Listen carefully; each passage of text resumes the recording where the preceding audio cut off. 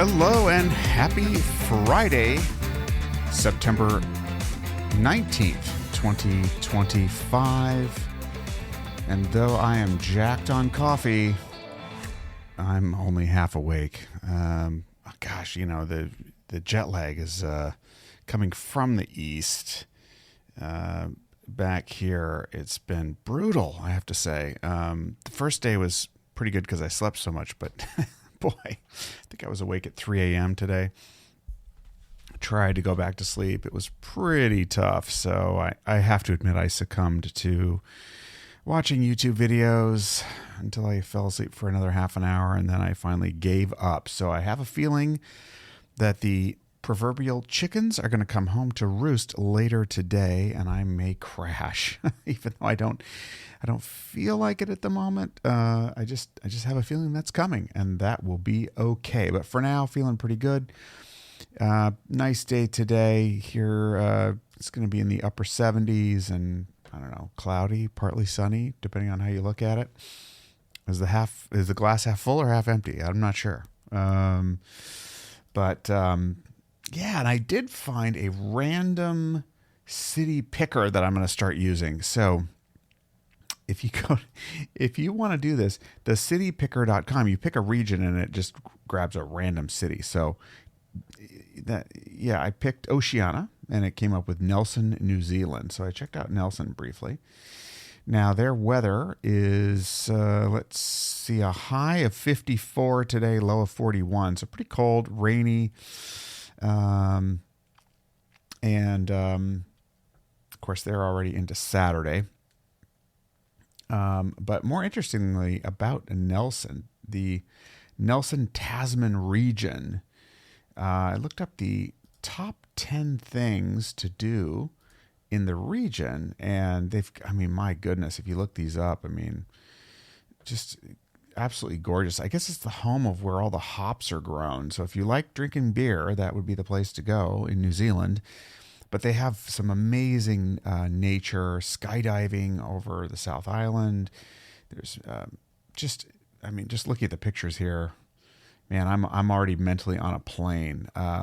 They've even got whitewater rafting and local art. It just looks like a stunningly gorgeous place.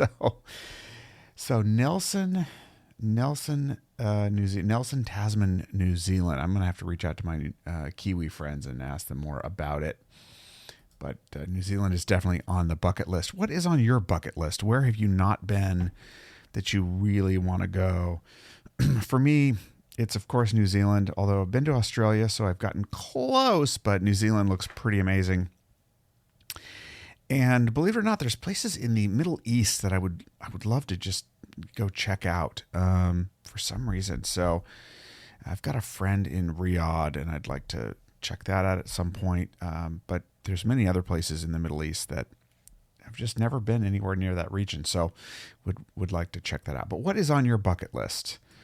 I don't know about you, but for me, dreaming of where I want to go next brings me great joy. And then when I want to level it up, it's like, okay,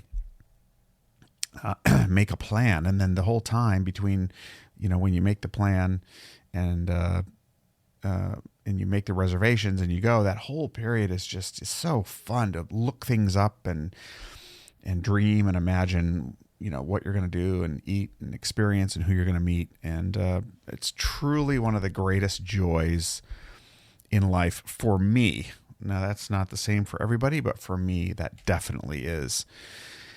And that got me to thinking about what's really on my mind right now. And what's on my mind right now is joy. It's joy.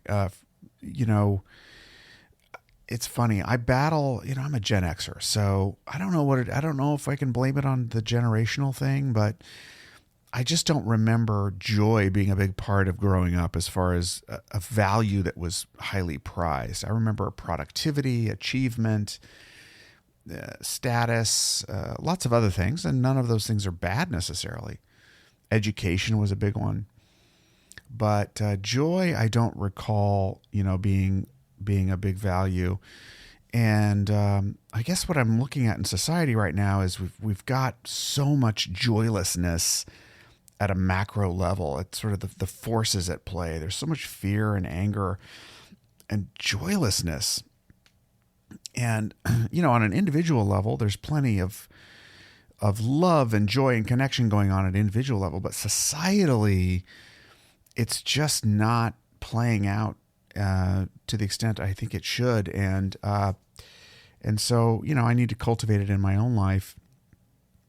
Now, what does that have to do with entrepreneurship and business and, personal growth? Well, what keeps coming up for me is when I'm in some kind of fear or anxiety, it's funny. The joy is the first thing that goes. I mean, it's one of the first things that I disconnect from is joy.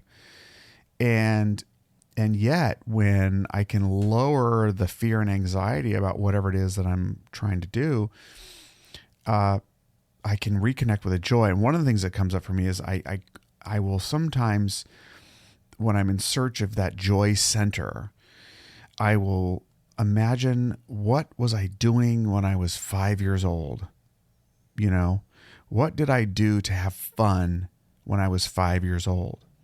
Now, for me, one of the things that I did was I made, maybe not at 5, but later on when I was north of, maybe 10 plus, I was making shows. I used to have the tape recorder and I would record stuff and I would pretend I was a talk show host and I always liked connecting with people genuinely. It wasn't necessarily about the becoming famous for it, although certainly who hasn't been, a little bit drunk on that dream.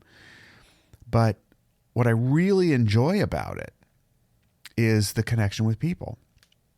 And I remember when I first started podcasting years ago, and I did these interview shows, and I was bringing people on, and I would just get lost in the conversation and the connection in the medium, and at the end of it, people would often say, "Man, I can't believe I even opened up about that," or I see myself differently now. And I thought, that brings me joy. That in and of itself, that facilitation of a human connection that delivers insight and connection, and it really is a path to seeing things, starting with yourself, differently. And that is at the heart of innovation, is seeing things differently. So the connection that I've always made is that we innovate, we create, we create life, we create new ideas, we create new opportunities, largely through human connection. Certainly connection with myself, but I don't know about you, but for me, I need connection with other people. Now, curating that connection, who, as I get older, who I curate that time with, who I choose to spend time with, choose to connect with,